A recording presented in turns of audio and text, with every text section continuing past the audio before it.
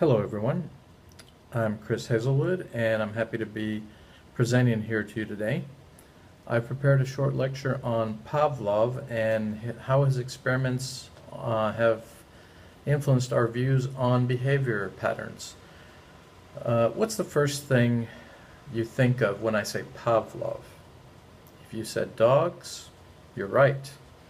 Pavlov did conduct experiments on dogs and formulate his theories on behavior patterns from those experiments. But first, I want to give you a little background information on Pavlov. So Pavlov was born in Russia prior to the Russian Revolution, and he became a scientist through his educational training. He was a physiologist whose primary research was digestive glands in animals, specifically dogs. And the result of his findings earned him a Nobel Peace Prize in 1904. Now, some of the terms you need to be aware of during the lesson are stimulus response, psychic reflexes, unconditioned stimulus, conditioned response, classical conditioning, behaviorism, conditional reflex, and conditioned stimulus. Now don't worry if you don't know them all. I'm going to go through them and explain them and give you some of the definitions. So a stimulus response basically refers to a stimulus, which is something that causes an action or response, like the ringing of an alarm clock if you didn't sleep through it. So if your alarm clock rings, you will reach over to try and stop it, or it will continue to ring if it doesn't bother you. An unconditional stimulus is a stimulus that elicits an unconditioned response. For example, food is an unconditioned stimulus for salivation, which in turn turns into an unconditioned response in a hungry animal. Psychic reflex is a reflex aroused by stored up impression of memory, such as secretion of saliva at the sight of or thought of good tasting food. A conditional reflex is an acquired response that's under the control of a condition of a stimulus or occurrence of a stimulus. A conditioned response is the response to a stimulus that occurs when an animal has learned to associate the stimulus with a certain positive or negative effect. Classical conditioning is a learning stimulus response units of behavior as a result of association. So, for example, if we want to take the bus, if we want to make the bus stop, if we're at a bus stop, then we learn to stick out our hand to stop the bus, or to hail a cab if we want to hail a cab.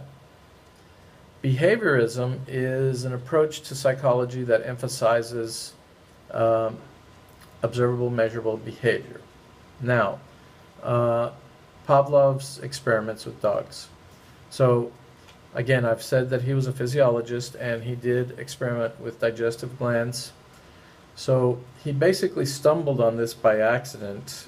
He noticed how dogs would start to salivate when they were getting food.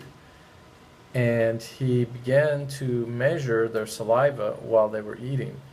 From here, he developed some kind of an idea to ring a bell and see if they would respond to the bell while they were getting their food. In the beginning, the dogs did not really respond. However, at some point, the dogs began to associate the ringing of the bell with the delivery of food, at which point Pavlov noticed they would salivate when they heard the bell ringing. And at some point, he tried it when there was no food present and the dogs would salivate. And therefore, he made the connection that the dogs had made this connection between the sound of the bell and food, and therefore had learned a new behavior, which he called controlled conditioning. And so from that point on, basically the laws of conditioning paved the way for how behavior was going to be measured. Now, Pavlov never experimented on humans, but he always felt that the same type of conditioning could apply to humans as well.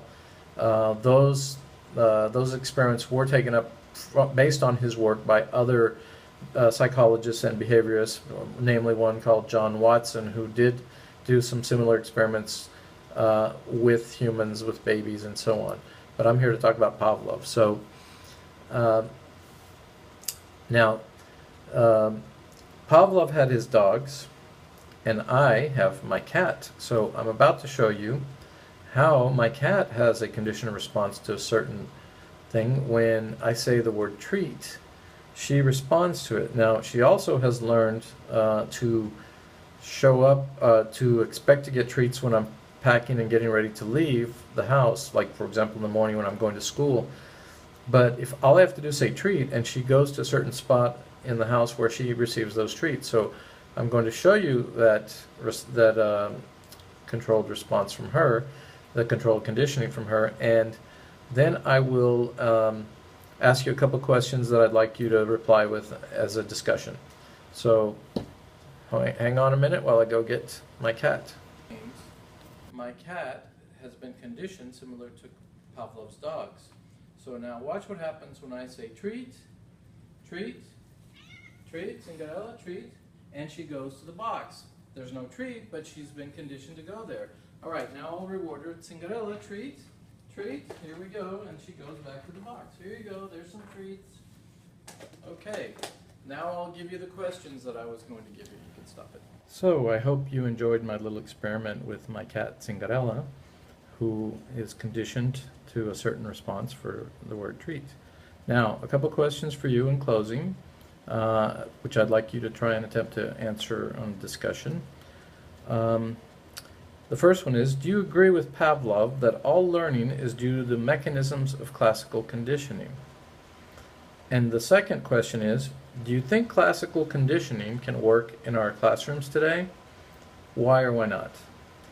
That's all for me. Thank you for being so attentive, and I'll talk to you soon. Bye.